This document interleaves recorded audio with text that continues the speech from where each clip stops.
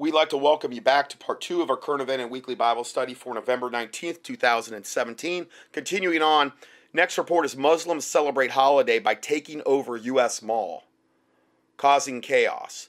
And that's essentially what we were just talking about here. Okay, so this is a mainstream news report of a local affiliate there near, I believe, this Mall of America. Yeah, Mall of America. And they're going to just give you a little bit of insight on what's going on there. Celebrations on the Muslim calendar, Eid al-Adha.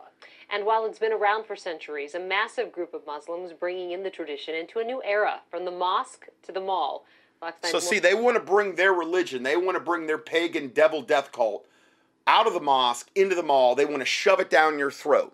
And they want to bring all the devils and demons that are associated with that into the mall and into the land, because their father is the devil. And they have this instinctive drive to defile the land and do anything they can do to vex the people, the indigenous populations. And that's just the minimum of what they want to do. Maury Glover is live outside the Mall of America tonight with that story. Maury? Well, today is the biggest religious holiday in the Islamic world, and many Muslims here in Minnesota are celebrating by spending at least part of their day here at the Mall of America. Isn't that wonderful? Family members, relatives, old friends, everybody will come to the Eid in the mall. The Mall of America wouldn't be busy on a typical Monday night. I would love it if we could see all the demons and devils associated with what's going on here, with them just strolling around the mall. If we had, our eyes, our spiritual eyes open for a sec to just see all the devils and demons that they're bringing in to, the mall. And I mean, it would just, it would amaze you, guaranteed, in a very horrific way. But on this evening, thousands of Muslims from across the state are here to bring an age-old tradition into a new world.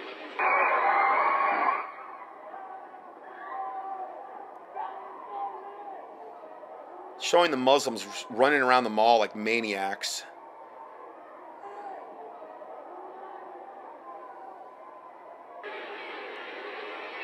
It looks like just chaos, the footage I'm seeing here.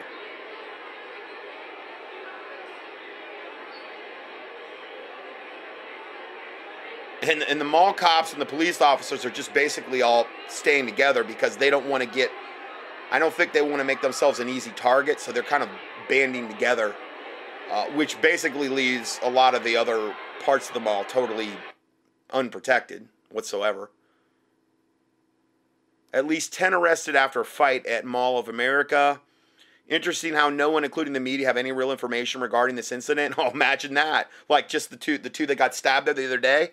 I was having dinner at Meso Sushi when this went down around 7 p.m. Yesterday was the beginning of the Eid al-Adha, a Muslim holiday. Mall of America was filled with Muslims and what appeared to be primarily Somalis, especially teenagers. I was told they were in the food court having their last non-traditional meal before the 4-day holiday. Large groups of kids started running and chanting like a wave. After the third time of them running by the police, the mall security took down several kids. 3 were detained in front of Meso. Meso was forced to close their windows due to the use of mace to disperse the crowd.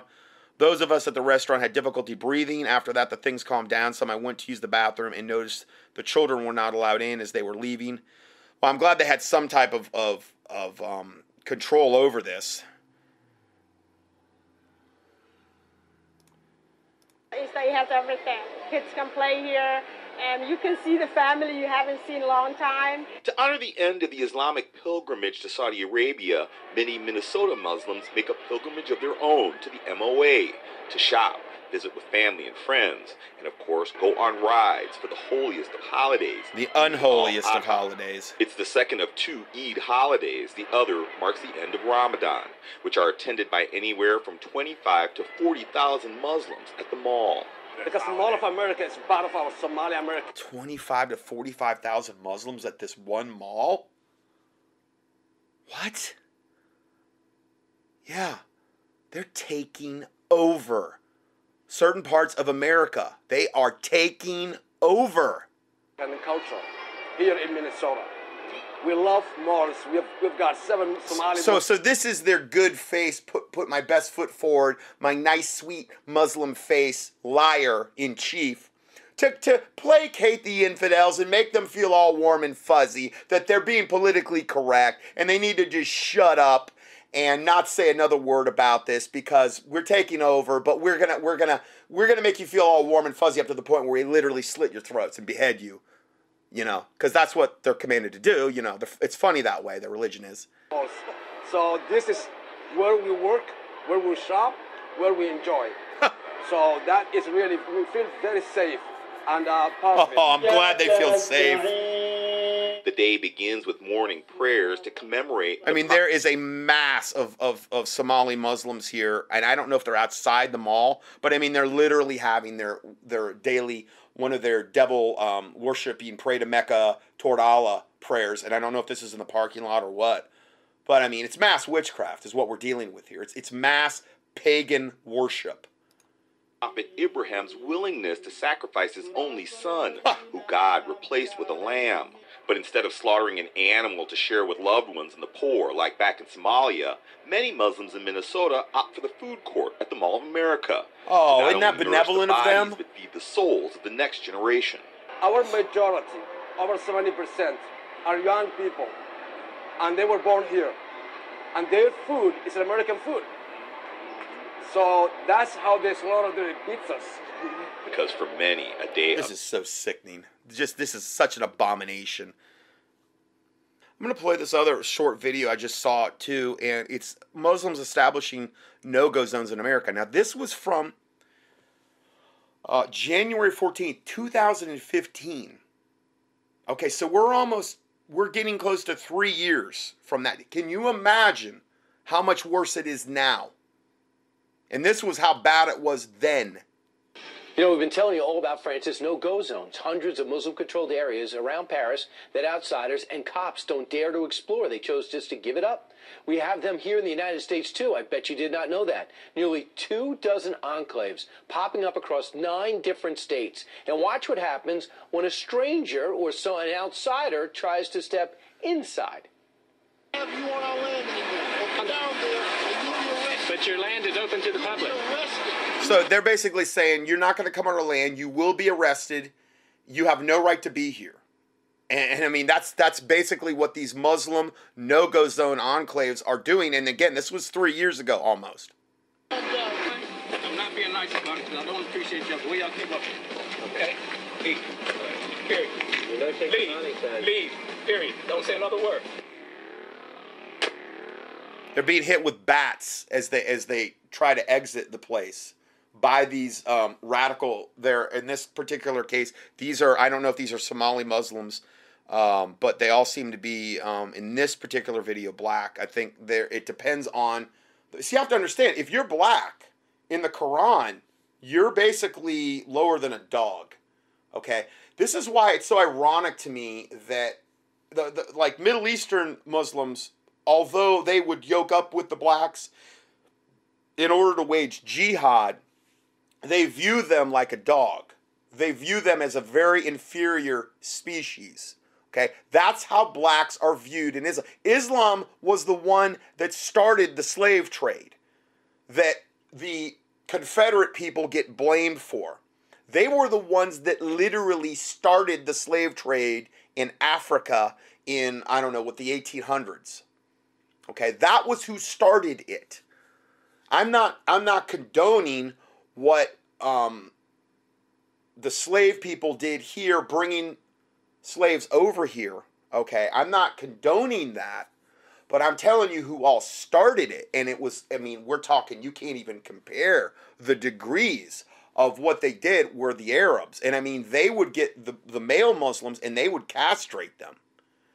And we're talking, they would castrate them and make them go on gigantic marches to get to the ships or wherever, and the vast majority would die and they wouldn't care. So, of all people for the blacks to be yoking up with, Islam has done more wickedness to the black races going way, way, way back than you could even possibly imagine. But that's all ignored. It's all totally ignored. And the only people that are blamed are like the Confederate people in the South who were plantation owners. When the reality is that was one very tiny, small fraction of what, and had Islam not started this and established the slave trade, most likely who was ever going over there to bring slaves over to America, that wouldn't even have been an issue because the slave trade would have never even been established. Joining us right now, the man behind that camera, founder and president of the Christian Action Network and author of Twilight in America, the untold story of Islamic training camps in America. Martin Moyer joins us right now. Martin, what was taking place right there? Where were you? Well, we were in Red House, Virginia. It's an isolated community, as most of these compounds are located in rural areas, heavily wooded, inside of the mountainous areas. And what we wanted to do was challenge their open invitation to actually come onto these compounds and see whether they were peaceful or not. So we brought our cameras, we tried to get on, and this is how we got treated. And quickly, this is the whole thing that we're seeing here. What goes on in these campuses? A lot of people say, hey, there are Jewish camps in this country, Christian camps in this country. Why can't we have a Muslim camp? Because these are truly no-go zones. Unlike the ones in Europe, which I have visited, you can actually walk into those no-go zones. You can walk in with your cameras, you can talk to people, but in these particular I don't think you can anymore, not from the reports I've seen come back. I mean, you risk your own life. I mean, literally.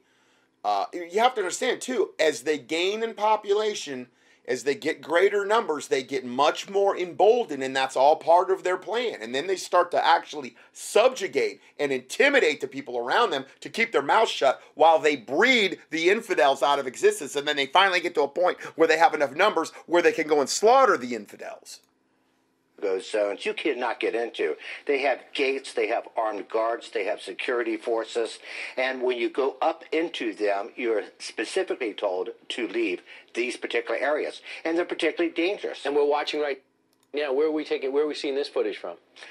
This is a video they put out for the people inside of the compounds so that they learn how to do terrorist-type training. They teach them how to kidnap people, how to strangle them, how to kill guards, how to do guerrilla-type warfare training.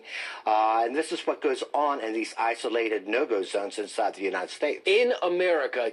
So they're literally training them to be terrorists in these no-go zones in the United States. This was 3 years ago, and this is just a little bit that we know. And now we have all of these people disappearing, and it is nationwide to a certain extent, but a lot of it's going on in Minnesota and those areas, and a lot of them, I'm convinced, are these types of people that have been trained in these areas that are being now released out. And again, the kidnapping, whether they're going to use a person for sacrifice, whether they're going to use them to harvest their organs, whether they're going to use them in some type of sexual thing, I don't know, or as a slave, I don't really know. Or just to maybe get rid of infidels randomly and see what they can get away with. They're being trained on our soil how to do it. And guaranteed a lot of our taxpayer money's behind it too. Some states, name some areas, because you also say they're affiliated with a Pakistani militant group.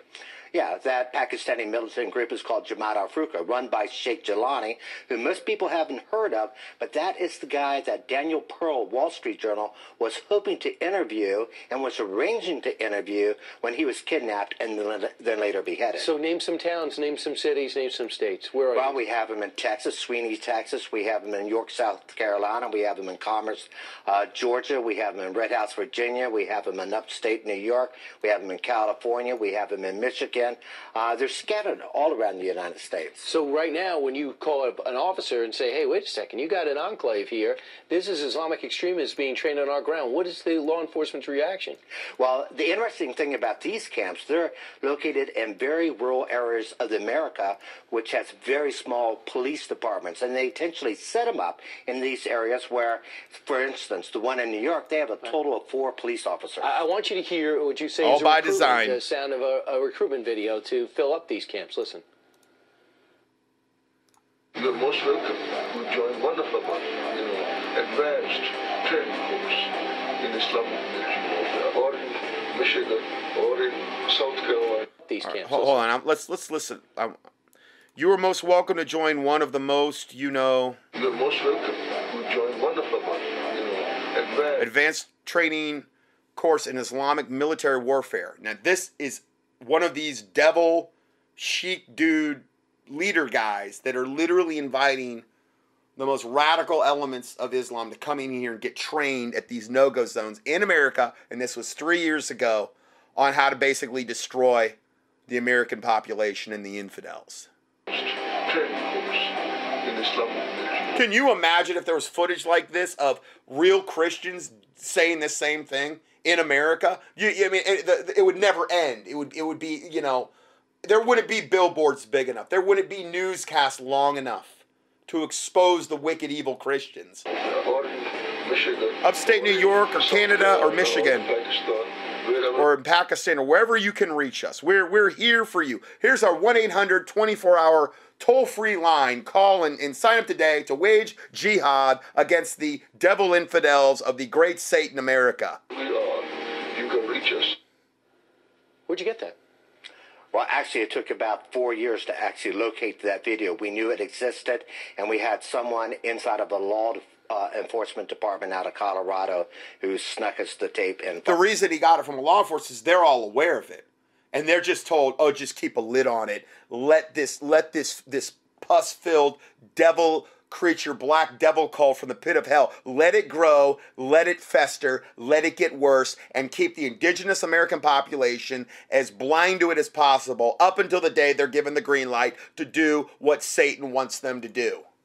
Finally, we were able to make it public. FBI's reaction? FBI's reaction is that, look, you know, they have the First Amendment and oh, golly American gee, rights wow. to operate these enclaves in the United States, regardless of the type of weapon training. They could, and as a Christian man, I could go and do the same exact thing. I could start my own training camp. I could make sure that nobody could come on my property, and I could have training camps on how to kill Muslims and target Muslims. And I'm sure that would be permitted, and there would be no problems with that whatsoever. And they would just say, you know, sir, that's your First Amendment right as a Christian, and we're going to honor and respect that. I'm sure that's what would happen, right?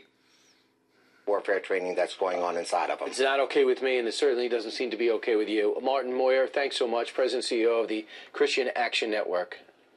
Thank you for letting me be here. And we'll keep looking at this. More. So we have that. Oh, here's drone investigate Islamic camps. That's probably pretty interesting. I'm not going to obviously play that one, but I mean, you know, there's no way I cannot report on this. I mean, it just gets worse every time I bring you information about Islam. Here's a review from TripAdvisor, which is a common thing they have up on the internet about different places.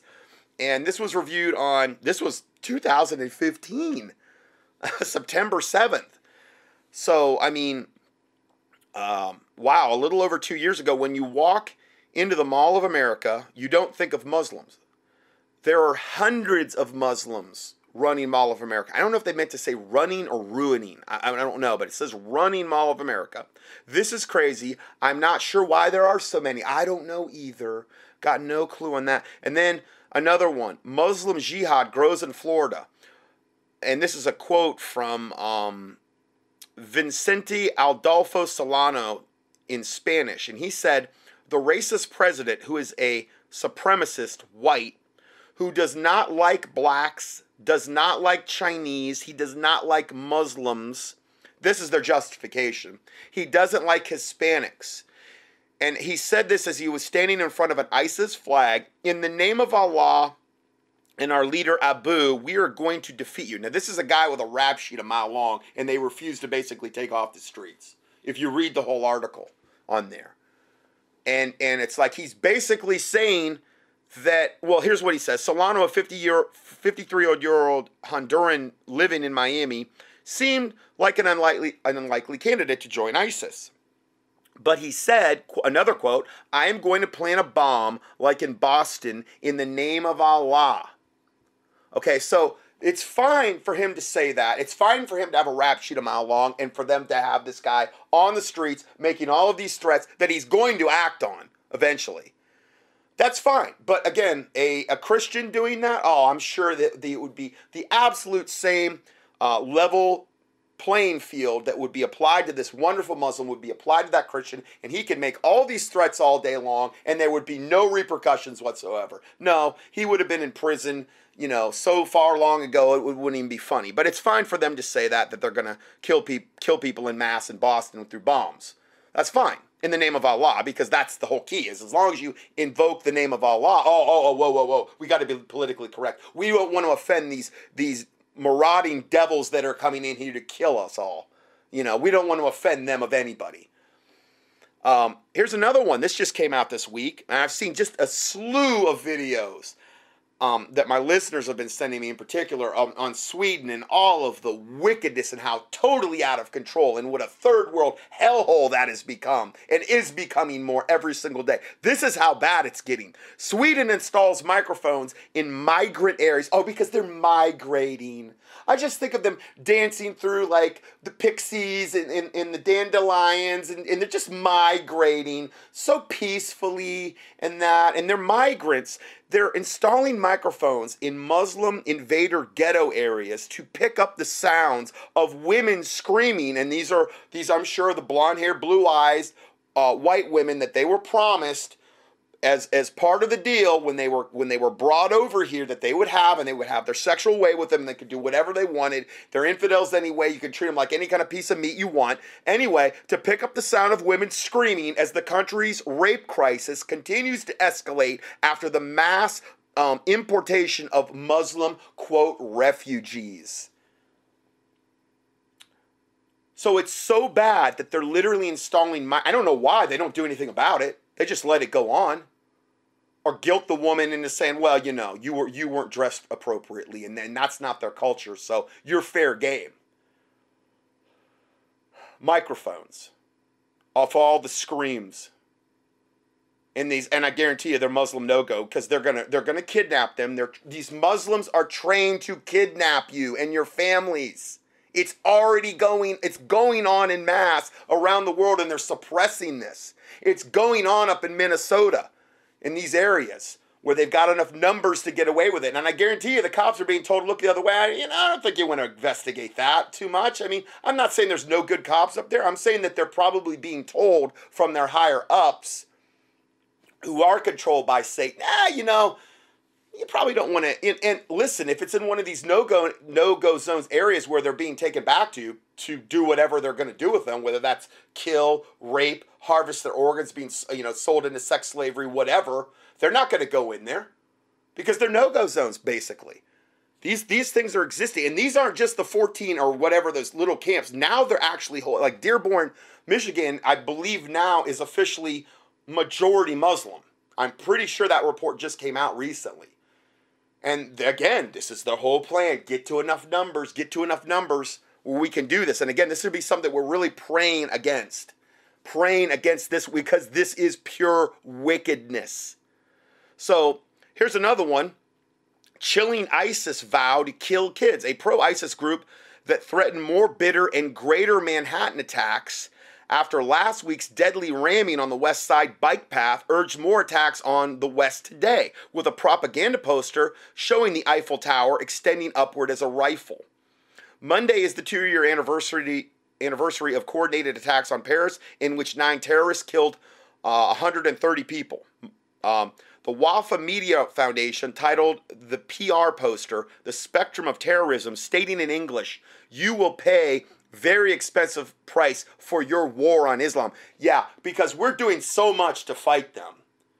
We're doing so much to oppress these ungrateful, fork-tongued maggot devils from the pit of hell, giving them everything they want, letting them rape the women, letting them abduct children and rape them.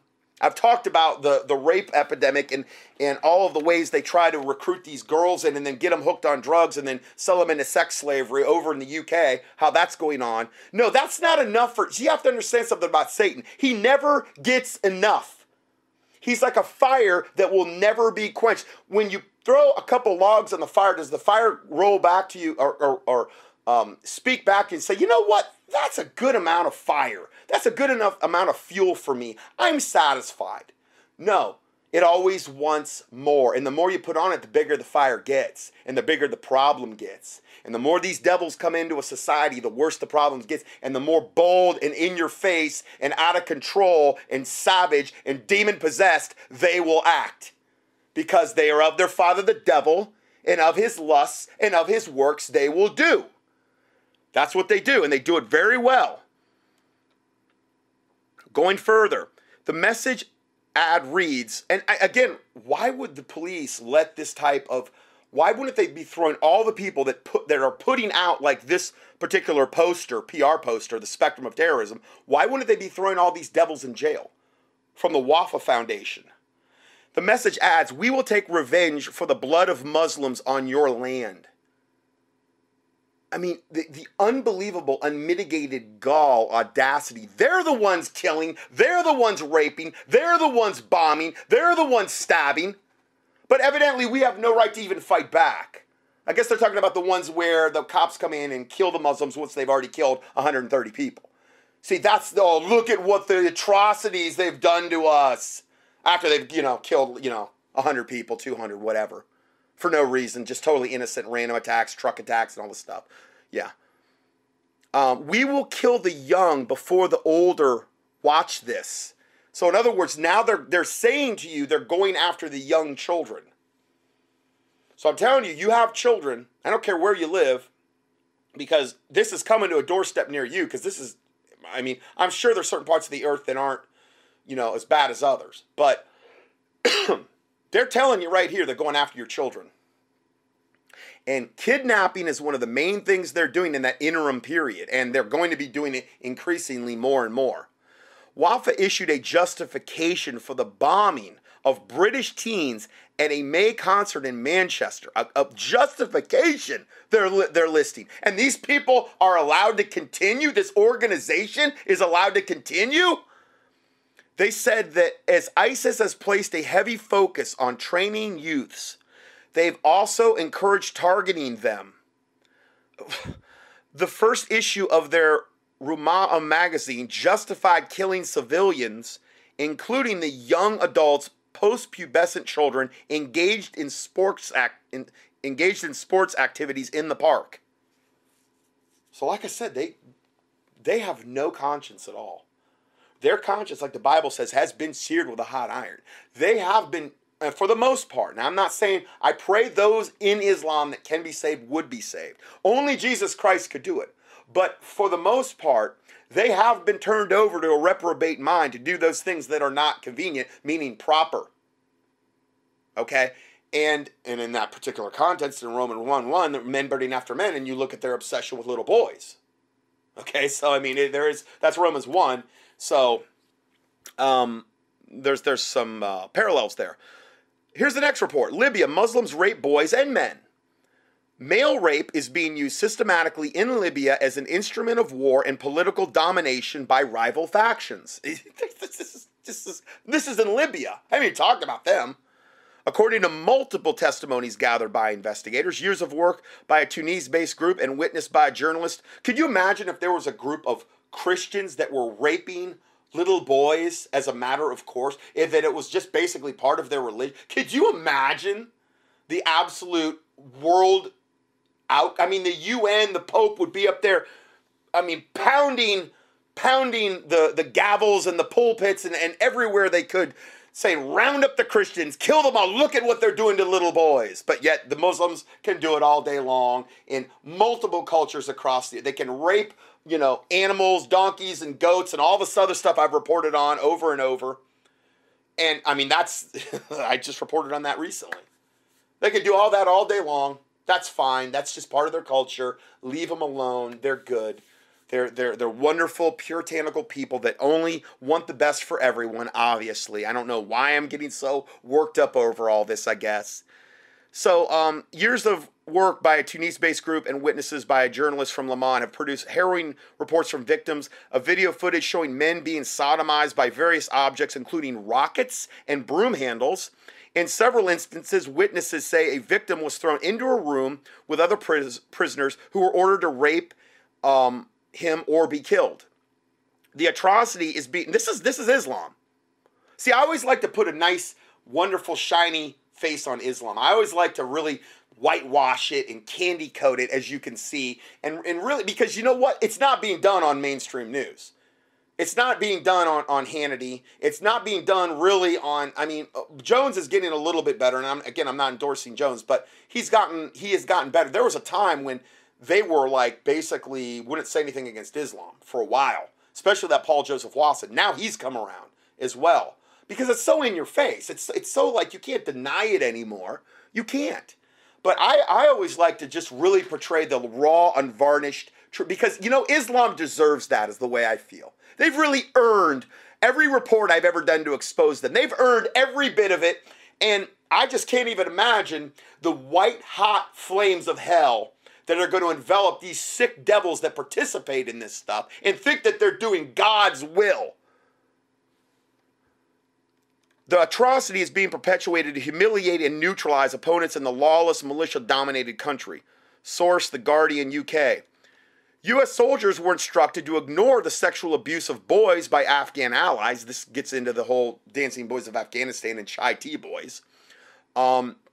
Here's a screenshot of CNN, and I'm really, really surprised they even put this in there. And it says, Afghan sex abuse. It shows a 4-star general with his troops. U.S. troops forced to overlook child rape.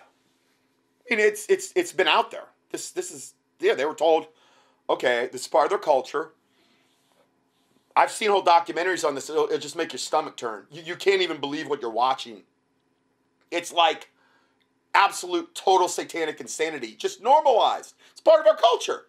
We go out. We see a whole group of homeless boys. We go down. It's almost like a cheetah will run down one out of a whole group of antelopes. He'll get the weakest one.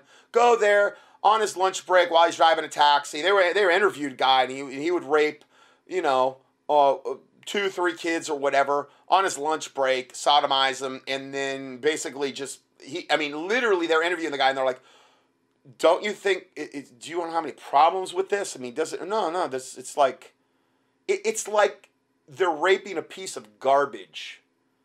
It's such a non-issue. There's just so no emotion connected to it. They're so demon-possessed to the toenails, in other words, that them defiling a little homeless boy in the worst possible way has no effect on them whatsoever. This is Islam.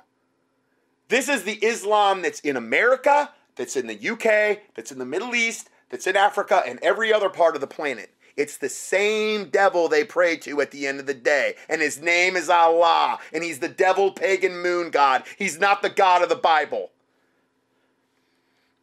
U.S. soldiers were instructed to ignore the sexual abuse of boys by Afghan allies, even when it occurred on military bases. Because that did happen. They would hear the screams of little boys being raped by the Islamic people they had on their bases, because it was part of their culture. And they were told, nope, Sergeant, don't say a thing about it. Don't do anything. It's part of their culture.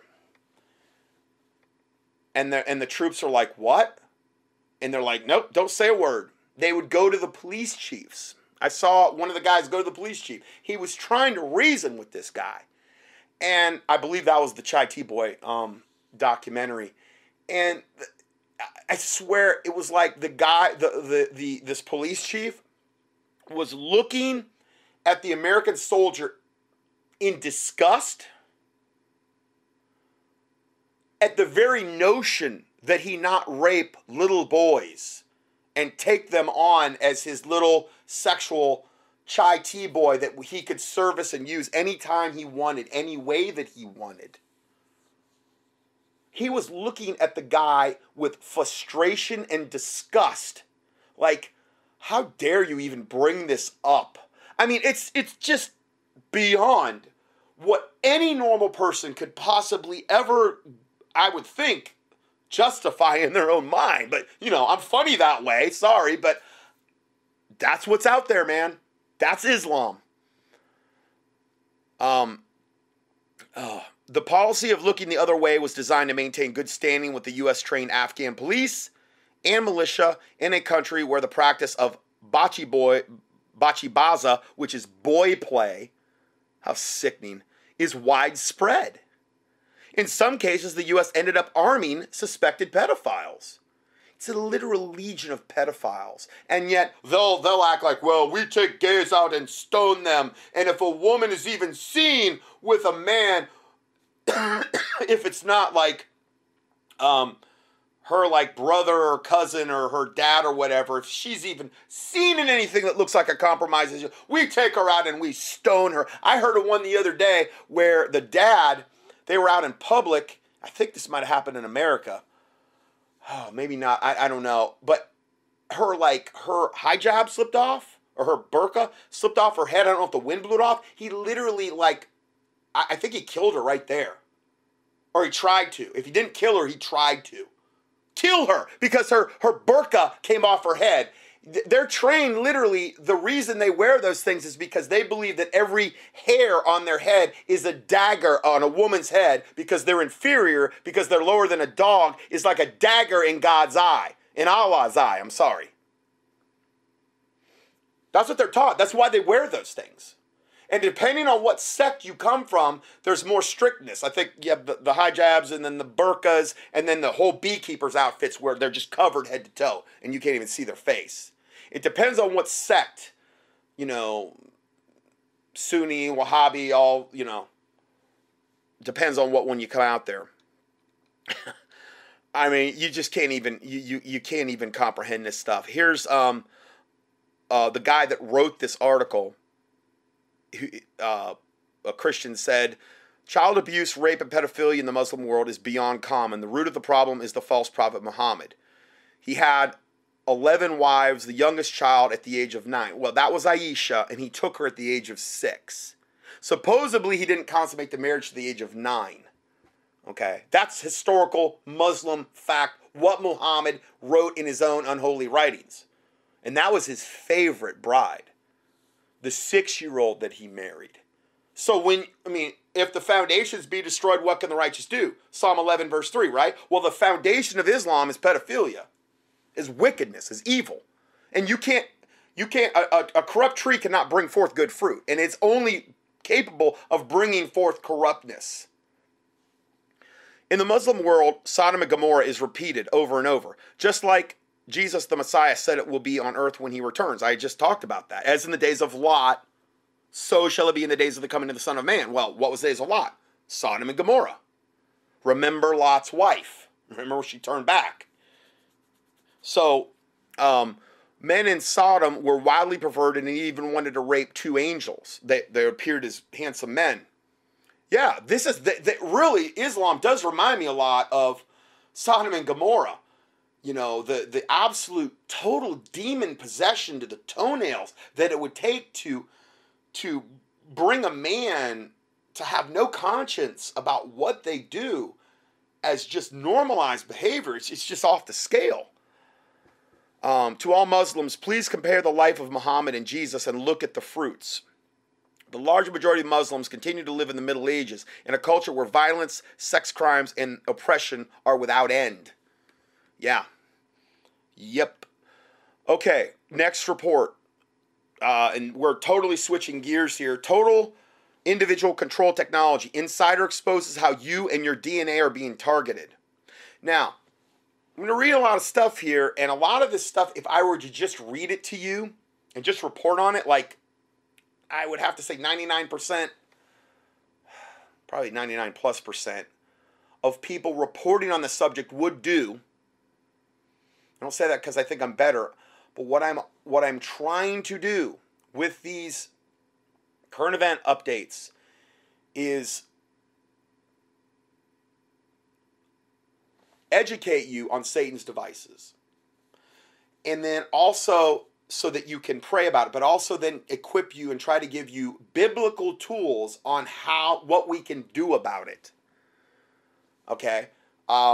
In what we're going to be talking about after this report is going to give you biblical remedies for what we're talking about here. So don't get like too worked up over what I'm going to be going over. Satan has many devices. Satan is always striving to be like God. And one of his main things is he wants to be like all attributes of God. Omnipresent, meaning present everywhere in the world where he can see. And he's not. He's only one entity. Now, he's got demons and devils and fallen angels and all these things that report back to him. Okay, but he can only be in one place at once. And omniscient, all-knowing, okay, which has a lot to do with what we're talking about here. But he's never going to get to that point. And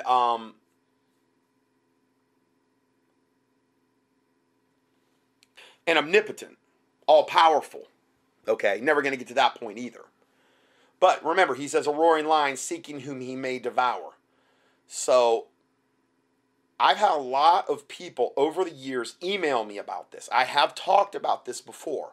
I've actually, I mean, you could probably do all kind of keyword searches on either gang stalking or targeted individuals and this type of subject, and find a lot of studies. I've done this. I've had a lot of people email me about this this is happening to them. I mean, a lot of them over the years.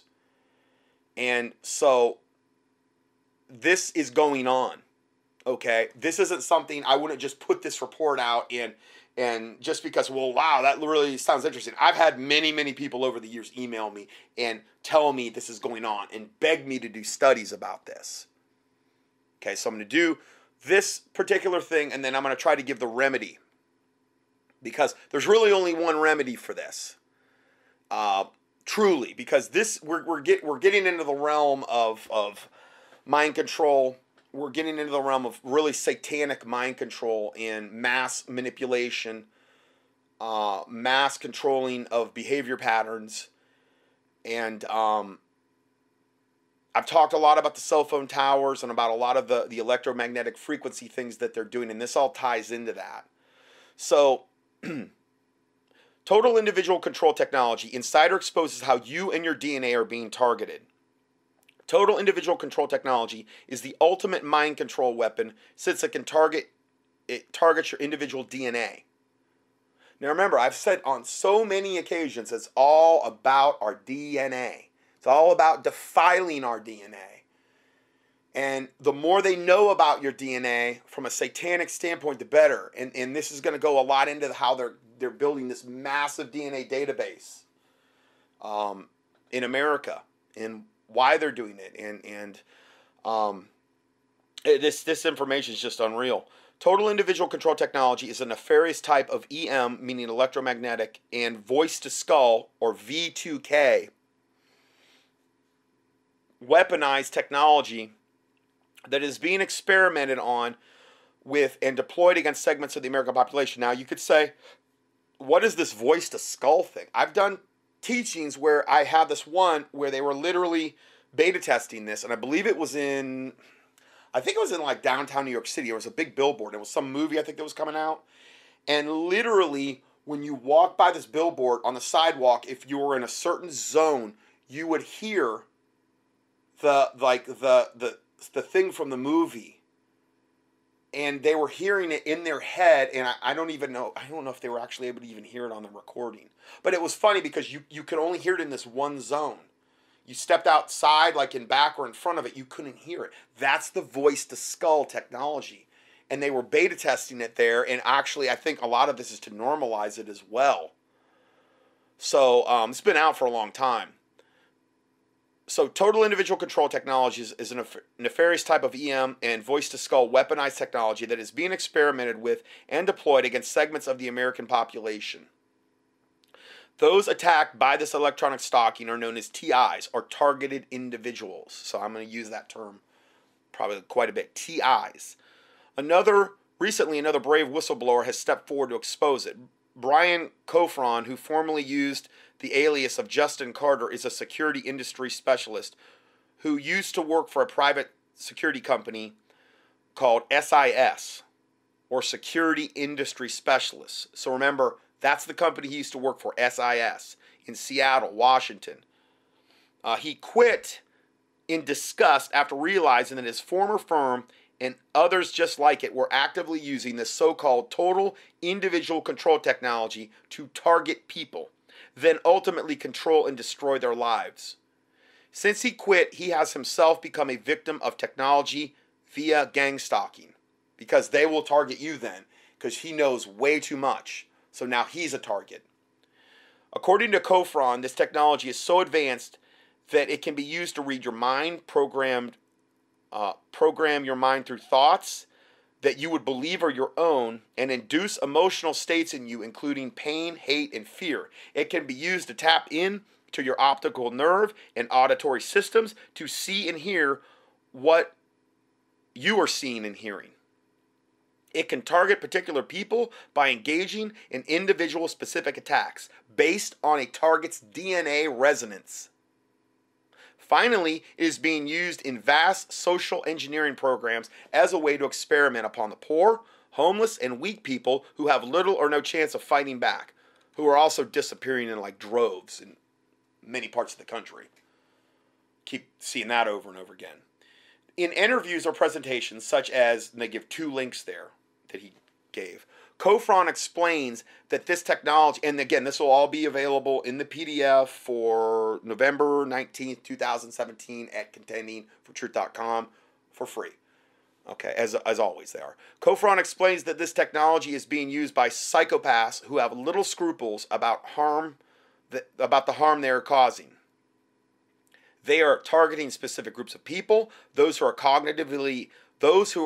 cognitively inclined, highly intelligent, knowledgeable about advanced technology, or interested in alternative research, meaning they're trying to target them to shut them up.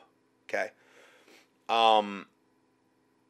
Interested in alternative research, i.e. conspiracy research. In general, they are either targeting empowered individuals with free minds to stop dissidents and revolutionaries, or those too poor or weak to fight back. Total, as I've discussed in previous articles on mind control, such as, quote, they can't read your thoughts, right? And there's a link to that if you want to see that. The state of current mind control technology is beyond most people's comprehension. An idea of what is possible. Yet we have had enough out-of-the-closet whistleblowers and leaked or declassified documents to give us a clear idea of the scary extent to which we can be psychically attacked. Whistleblowers such as Dr. Robert Duncan have lectured at length about the capabilities of V2K technology, that's voice to skull, which is defined as an EM frequency technology that utilizes RF or radio frequency signals to induce sound within the cranial cavity of the target. V2K literally pipes thoughts directly into people's heads without them knowing it. Kofron bases his information on his own experience as an insider in the field, and also as a recent victim of V2K himself. He was attacked once when he went into public. He was attacked once he went public, I'm sorry. He claims he has been assaulted with a beta version, which is especially nasty, piping thoughts into his head such as, everyone's against you. Another one, please be quiet or we're going to kill you. Another one, don't work again or we're going to kill you. Another one, you're a lab rat now, with an expletive after that. Kofron claims the total individual control technology attacks are attempting to turn him against his former work colleagues, friends, and family. However, since he was trained in this area, he knows that the voices are technological and can defend himself against the manipulation once he hears them. Kofron echoes exactly what Duncan has warned about, individual-specific attacks. Duncan states that every person has a unique resonance signature, basically based on their DNA, and in almost exactly the same words, Kofron states that, quote, the DNA of the individual is used to determine the resonant frequency of the DNA itself. The resonant frequency is then used to fine-tune the technology, to tune it perfectly to the resonant frequency of the targeted individual's DNA. So they can pipe these things into your brain based on your specific resonant frequency of your specific DNA, because we're all different. So you could literally be in a crowd of 1,000 people and they could just target you if they wanted to. This leads into another aspect of the New World Order agenda, the drive to create a worldwide DNA database. When seen in the light of total individual control technology, the acquisition of an entire population's DNA takes on a very sinister meaning. It is no coincidence that Amazon and Google, who are ultimately controlled by the same forces, are racing each other, along with Microsoft, IBM, and other companies, to assemble a DNA database as quickly as they can. This is why I'm so big on, if you're seeing everybody doing something, then it's probably some satanic agenda that they're trying to get everybody on the same thing. Like everybody being plugged into the Matrix on their smartphones. Okay, that's just one example of that. I saw this thing the other day where that now these chips on the cards, one of the things they're trying to do is condition us to understand that when you go, now it's like this common thing where like I guess they ask you if you have a chip on your, I don't have that type of stuff. I don't do that. I just use debit cards and stuff because it's my own money. But I guess a lot of the credit cards have these chips, and a lot of the readers now you'll go up there and I guess they'll ask you, or you'll ask them or something, do you have a chip or whatever? And different card readers do and some don't. But what they're trying to get you conditioned to is them asking you if you have a chip on your card. And pretty soon it'll be, do you have a chip in your hand? Like the mark of the beast. That's why they're doing it. It's not so subtle conditioning. Do you have a chip in your right hand or your forehead, like the Bible says in Revelation, which is the mark of the beast, the 666 thing, without which you won't be able to buy or sell?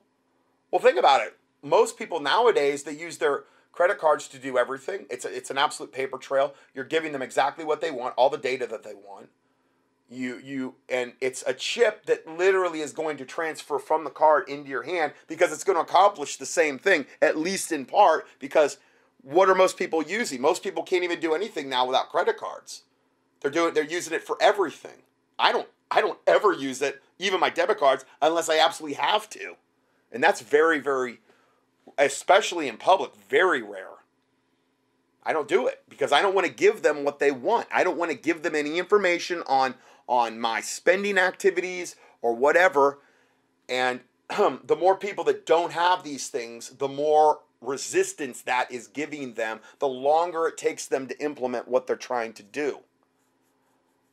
So, going further here, those in power who gain access to a completed worldwide DNA database and total individual control technology would have a horrifying weapon at their disposal to target literally anyone they wanted. Kofron exposes how prospective employees are tricked out of their DNA. They apply for a job at SIS, the company that he worked for, get told that they have to do a drug test, and when the urine sample is sent to a lab, part is siphoned off as DNA to go to Amazon's burgeoning DNA database. Millions of Americans are having their DNA stolen from them without their knowledge or consent, so they can become unwitting targets of this insidious program. Now, I just saw this yesterday, and I inserted it in here. It's a report entitled, Police Can Request Your DNA Without Consent Via Ancestry Websites.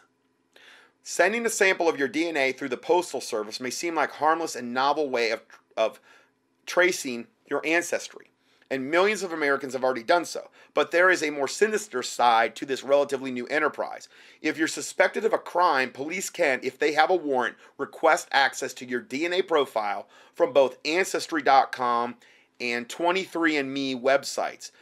Now, 23andMe, basically said they've gotten requests, but they've denied them all. But, I believe them. Come on. Who are they going to be beholden to? The Big Brother police or just protecting people's rights? So I don't believe anything that they tell me. But using Ancestry.com means giving up your rights to your own DNA.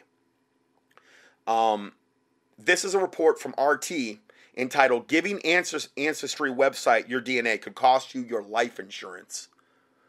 Okay, and again, this is another reason I do teachings, to inform you on all the nefarious satanic tactics that are out there. Sending a swab of saliva in the post, meaning the mail, to discover your genetic background sounds simple, but Ancestry.com has come under fire for its terms and conditions, which grants the company, quote, perpetual license to keep and use your DNA, however the way it likes. Sounds fair, right?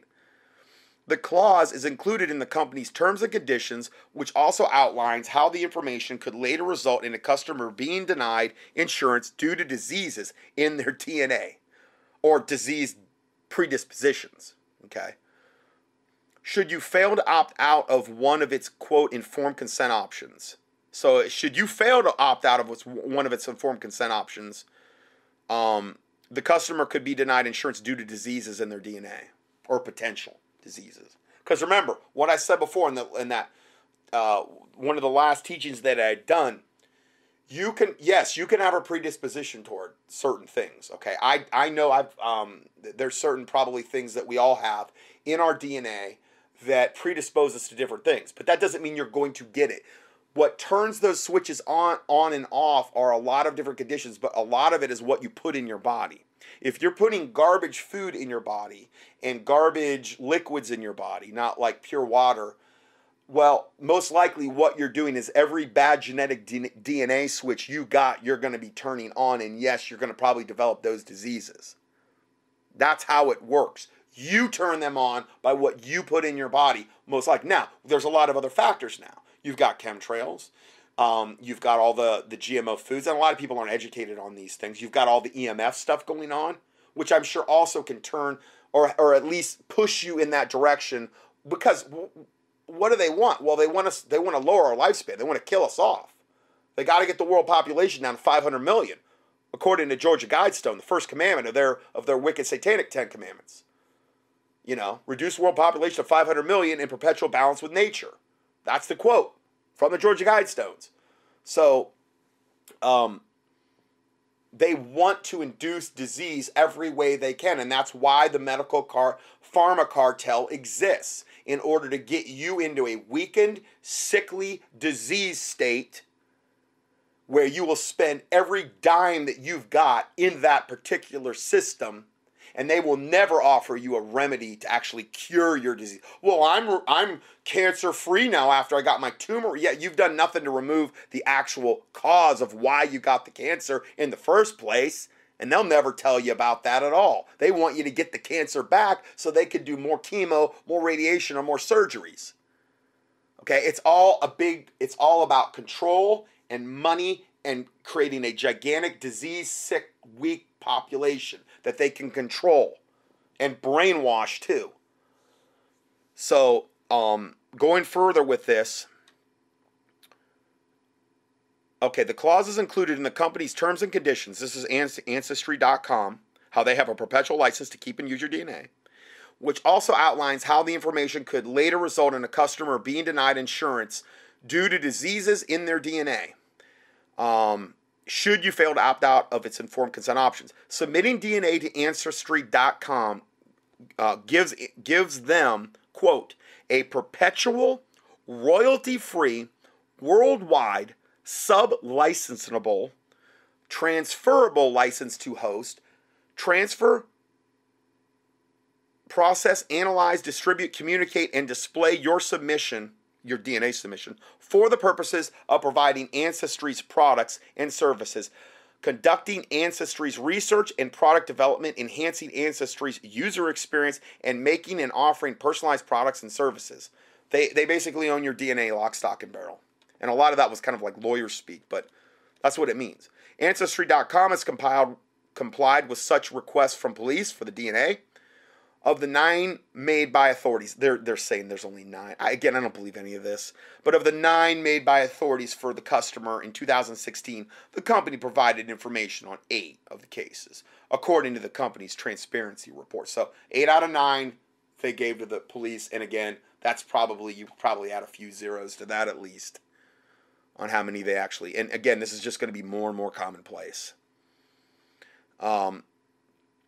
The next report, or the next thing it says is bye-bye DNA testing. Researchers tout revolutionary hair protein identification network. So I think if you send in hair for hair analysis, that's another way they can get your DNA as well. Particularly if they have the root of the hair. If they don't have the root of the hair, at least the way it used to be on the shows I used to watch, is they had to do like a mitochondrial DNA process. If they didn't have the root of the hair. It's a little more complicated, but again, they may have went beyond that now. Okay, back to the main article. Kofron talks at length about how this technology is fully operational and is already being tested upon those in society who are struggling, such as those who are homeless, poor, and who don't have much family or many friends, since they make the easiest targets. On his website, gangstalkerwars.com, so if you want to know more about this, gangstalkerwars.com, he exposes the details of ongoing operations within Seattle, where he used to work for SIS. This social engineering is being done by the federal government, the military intelligence agencies, private security firms, more on this below, some of the largest U.S. corporations. After all, we live in a corporatocracy, local and state police, and social programs within inner city America. In one such operation, the perpetrators would target certain geographical blocks of the city and, for instance, cause everyone in that area to be in a bad mood. In another operation, SIS, now he worked for this company. They did this stuff when he was there. Now he's exposing them. Okay. In another operation, SIS, employed by Amazon, whose headquarters are in Seattle as well, would test upon Amazon employees. How nice of them. In another operation, SIS would experiment upon its own low-level employees. Excuse me. In another operation, homeless people were brought in from all over the nation to special buildings that were then targeted and then probably exterminated afterward. This is true gang stalking, the ganging up by sociopaths and psychopaths upon the innocent to electronically harass and stalk them. Kofron warns about an alarming trend in American society, the rise of private security companies who mostly employ ex-military and ex-intelligence agents. As I've covered in this two-part series, there's a link here to it. The U.S. military-industrial complex is completely and utterly out of control. It runs the government. It pulls the strings attached to the puppet politicians who don't have the necessary, quote, clearance to access the truly top-secret information. These security firms, like MIC itself, appear to operate above the law. The culture inside these companies is toxic.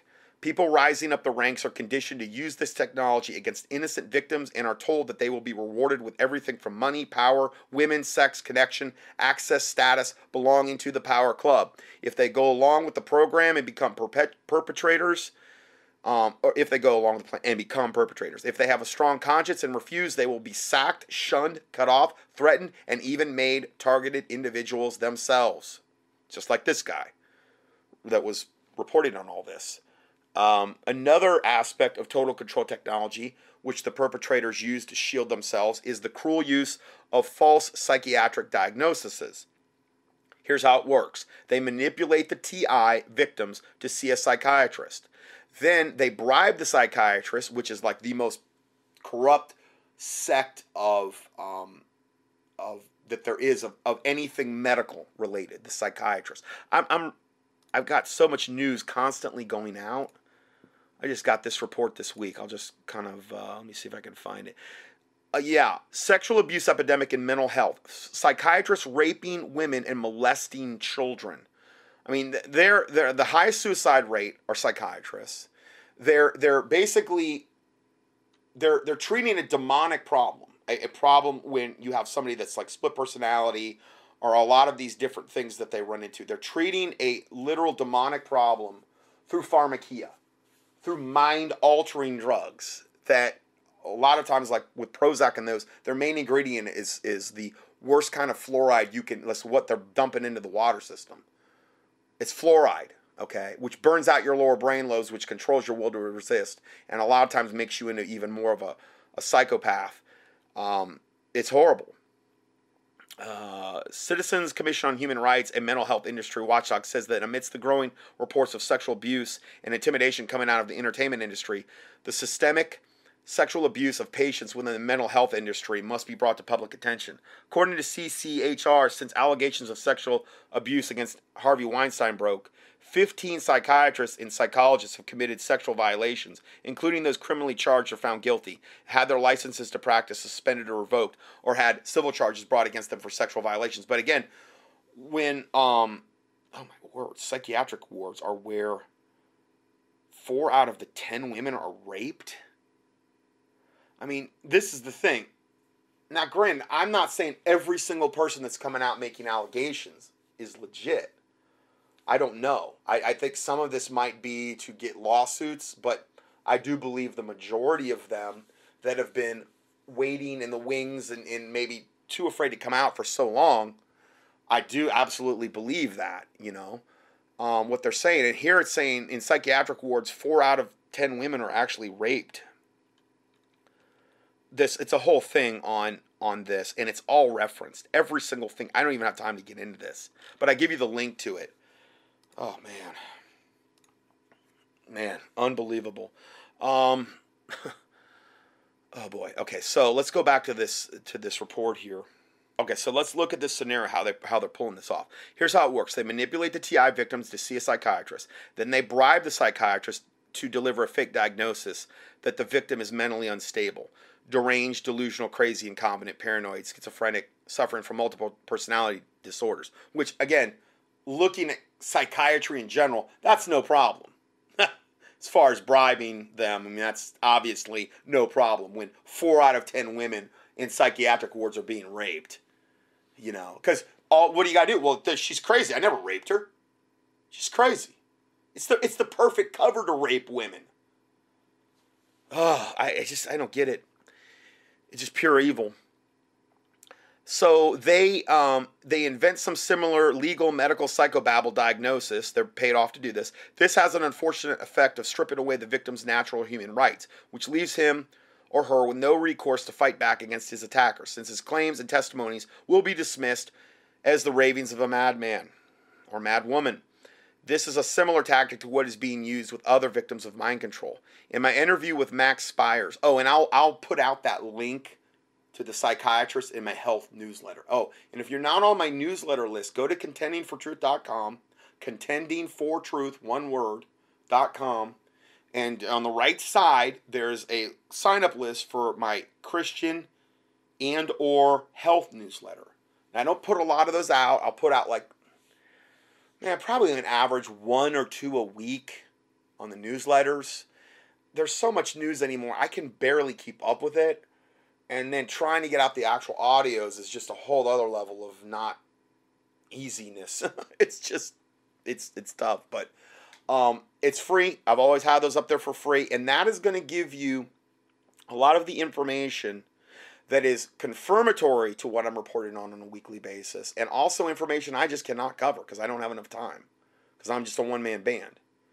So go up there, avail yourself. It's free. There's no catch. There's no whatever. I don't obviously sell my list to anybody.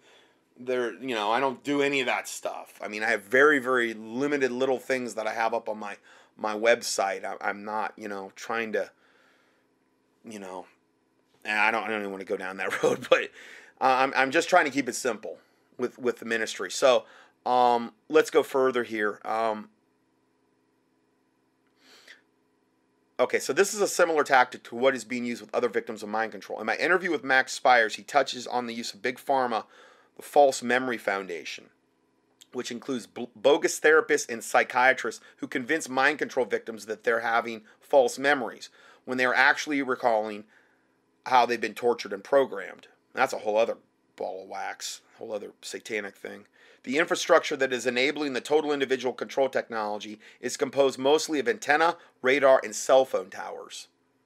So, I really think we should be praying against these cell phone towers. It's just, they're wicked. And again, 5G thing they're rolling out, wicked.